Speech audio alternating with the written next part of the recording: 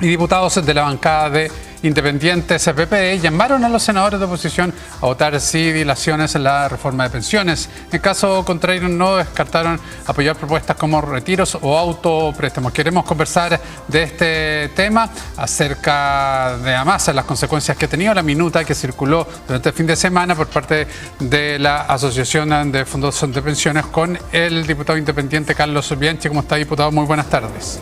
Cristian, ¿cómo estás? Un gusto saludarlo. Muy buenas tardes. Igualmente, diputado. Primero, se discutió durante la tarde el séptimo retiro. De hecho, estuvo Paulina Yasigi, presidenta de la Asociación de AFP, ahí exponiendo después de que la semana anterior lo hiciera el ministro de Hacienda. ¿Cuál fue el análisis que hace usted al respecto? Bueno, mire, esto no es distinto a todo lo que he venido escuchando desde que comenzamos con las discusiones de los retiros. Yo estaba en el Senado. Y las presentaciones que ha hecho el propio ministro Marcel no son muy distintas a las que yo conocí hace muchos años atrás. O sea, responsabilizar, Cristian, a las personas que pudieran hacer un retiro, de que vamos a tener una inflación del 14%, de que se va a generar una mayor cesantía, y no hacer ver que la situación hoy día de encarecimiento del costo de la vida tiene otros factores. No reconocer que, por ejemplo, cuando se hace un Cyber Day, esto también genera que haya un enorme circulante en todo el comercio en nuestro país. Y así hay la suma de muchos factores que probablemente pueden ocasionar también encarecimiento del costo de la vida, no solo responsabilizar los retiros. Entonces no hay nada distinto a lo que ya hemos escuchado. Pero aún así, nuestra disposición ha sido hasta el día de hoy que exista un real ánimo por parte de los senadores que integran la Comisión de Trabajo del Senado como del propio gobierno a respetar las urgencias que ha puesto el gobierno a poder avanzar en esta reforma.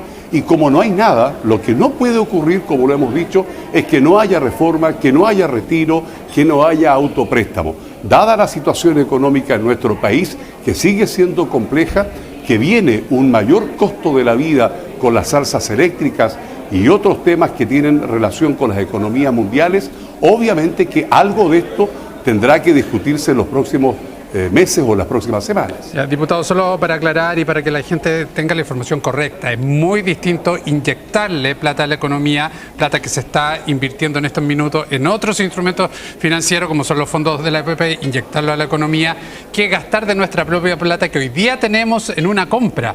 Porque si no, todas las compras generarían inflación y efectivamente la demanda genera, pero es bien distinto el efecto que hay entre la inyección de dinero, sacar los fondos de pensión e inyectárselo a la economía, entre lo que puede generar la compra de un cyber. Para aclarar, diputado, porque la verdad es que en estos temas de repente la gente puede tender a confundirse y a aceptar explicaciones que muchas veces técnicamente no lo son. Ahora, diputado, acepto usted, su punto. Ahora, usted, diputado, ¿va a apoyar el séptimo retiro o bien va a depender de lo que pasa con la reforma de pensiones? No, depende fundamentalmente de lo que pase con la reforma de pensiones y le voy a explicar la razón.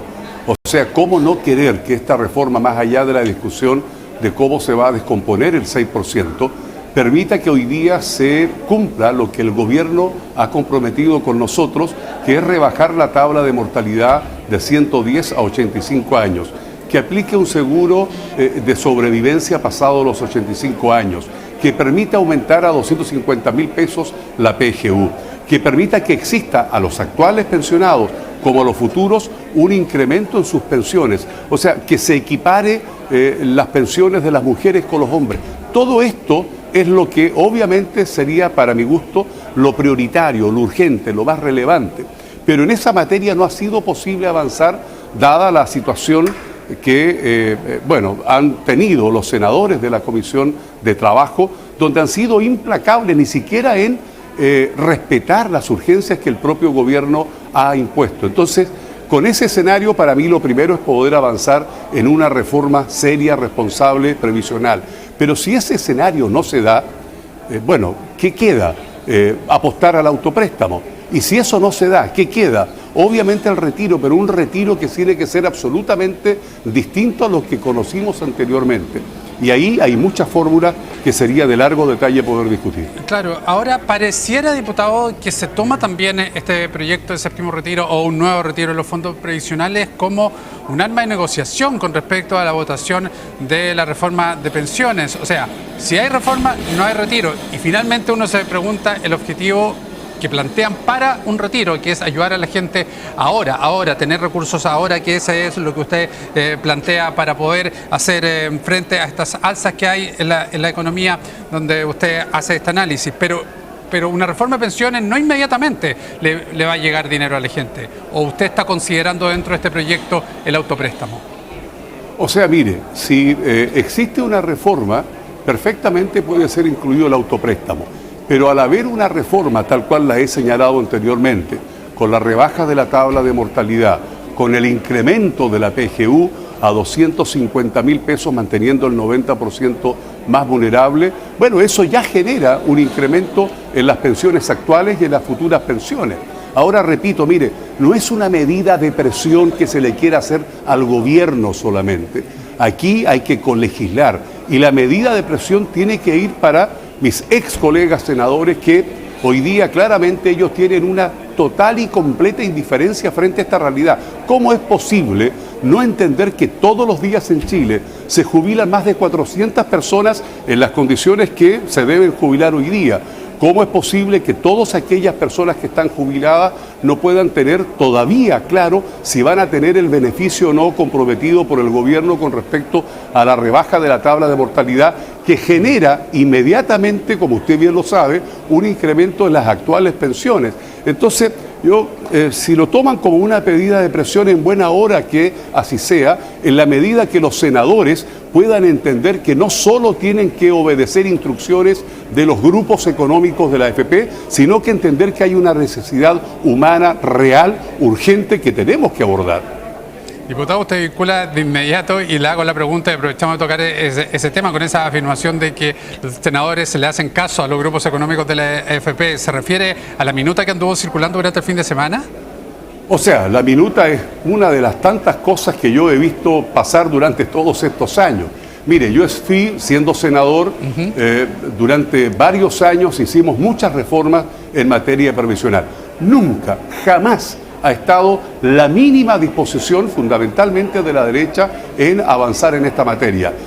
Chile entero ha escuchado a la actual candidata a la presidencia de la República, Evelyn Matei, que siendo senadora se negaba. Incluso Evelyn Matei, siendo ambos senadores, en ese entonces señalaba que no era posible, o sea, que quería aumentar la edad de jubilación de las mujeres a 65 años. Es cosa de mirar para atrás a lo que cada uno ha declarado. O sea, jamás ha habido un ánimo del sector de derecha que defiende las estructuras de la AFP en poder avanzar en esta materia. Ahora usted le agrega esa minuta. Mire, si la minuta es lo de menos. La minuta incluso da cuenta de esto mismo que yo estoy señalando. Esto es un componente más de todas las medidas de presiones que los grupos económicos y estas estructuras de la AFP han defendido por todos estos años. O sea, nada distinto estamos observando de lo que ya hemos visto anteriormente. Sí, un nuevo tema ahí pone usted en discusión y que tiene que ver con la edad de jubilación. Vemos que en China, por ejemplo, también se está subiendo la edad de jubilación a propósito de una serie de factores que dan cuenta también de poder solventar las pensiones, pero ese es otro tema. Antes de pasarle a preguntar lo siguiente, senador, y que tiene que ver con que si usted visualiza alguna posibilidad de acuerdo, porque acá hay un gran nudo y sabemos que el gran nudo de la reforma de pensiones es la distribución del 6%. Quienes están en contra sostienen que todo tiene que ir a las cuentas individuales, al ahorro del trabajador, y quienes plantean lo contrario. Hay distintas fórmulas, con la última que parecía tener un consenso mayor en torno a lo que planteaba el ministro de Hacienda, la ministra del Trabajo. ¿Usted cree que va a haber o se puede generar algún acuerdo en torno a la distribución del 6% antes de las elecciones municipales? Dos o tres preguntas ha hecho en las que me formuló. Mire, primero, esto del 6% que usted lo señala como el gran nudo y que yo comparto su juicio, es algo que se hizo ficticiamente, se generó como el gran nudo. Efectivamente es uno de los temas complejos a resolver, pero se ha puesto como la piedra de tope para poder avanzar. Yo era originalmente partidario del 6% vaya directamente a los fondos individuales de cada una de las personas. Se ha demostrado empíricamente, técnicamente, que de haber un porcentaje superior al 3%, más los fondos que son generacionales, más lo que va a ocurrir en este caso con el 1% con la mujer, demuestra que efectivamente igual se incrementan las pensiones de manera individual como en lo colectivo. Pero a su pregunta en el tema político, yo creo, y dada la experiencia poca o más o menos que uno tiene, que no existe y no va a existir el ánimo y la instrucción es clara y dura por parte de incluso la propia candidata presidencial Evelyn Matei, en que no haya ninguna posibilidad de acuerdo hasta antes de octubre. Es decir, no va a haber avance de aquí a octubre en la Comisión de Trabajo y se van a buscar todas las posibilidades de poder retardar esta discusión. Pasado octubre, dependiendo lo que resulte de las elecciones municipales, gobernadores, concejales y consejeros, va a haber una realidad absolutamente distinta en lo político y depende cómo quede las fuerzas, va a existir o no el espacio para seguir debatiendo esta reforma previsional. Por lo tanto, yo creo que estamos sin duda casi a equivocar y me encantaría estar equivocado. Creo que esta reforma, si es que se llega a votar en general, va a ser a finales de año o a mediados del próximo año. Y ya el próximo año tenemos elecciones presidenciales y parlamentarias. Por lo tanto, yo creo que va a ser bastante poco probable que exista finalmente una votación en general, que la puede haber en los próximos meses, pero es muy difícil que exista una votación en particular. Y ahí está la trampa, ahí está el problema.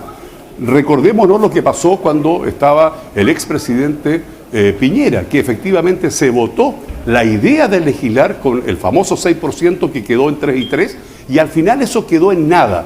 Entonces me temo que incluso algunas autoridades, ministras o ministros, puedan hacer uso de esta discusión para futuras elecciones parlamentarias, de ellas o de ellos.